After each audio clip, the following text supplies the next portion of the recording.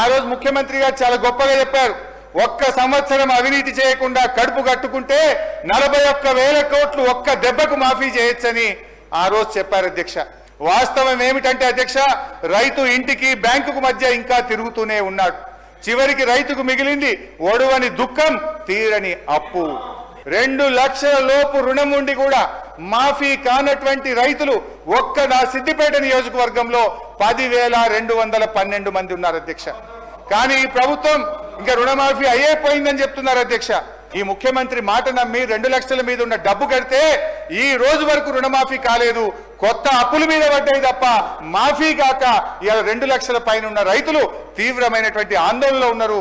దయచేసి 2 చేతులు జోడించి భట్టి గారిని, ముఖ్యమంత్రి గారిని ఈ రాష్ట్ర రైతుల పక్షాన సవినయంగా ప్రార్థిస్తా ఉన్నా, 2 లక్షల మీద ఉన్న రైతులకు, రుణమాఫీ కానటువంటి రైతులకు అందరికీ కూడా రుణమాఫీ చేయాలని, మీరు ఇచ్చిన మాట నిలబెట్టుకోవాలని చెప్పి నేను ప్రార్థిస్తా ఉన్నాను అధ్యక్ష.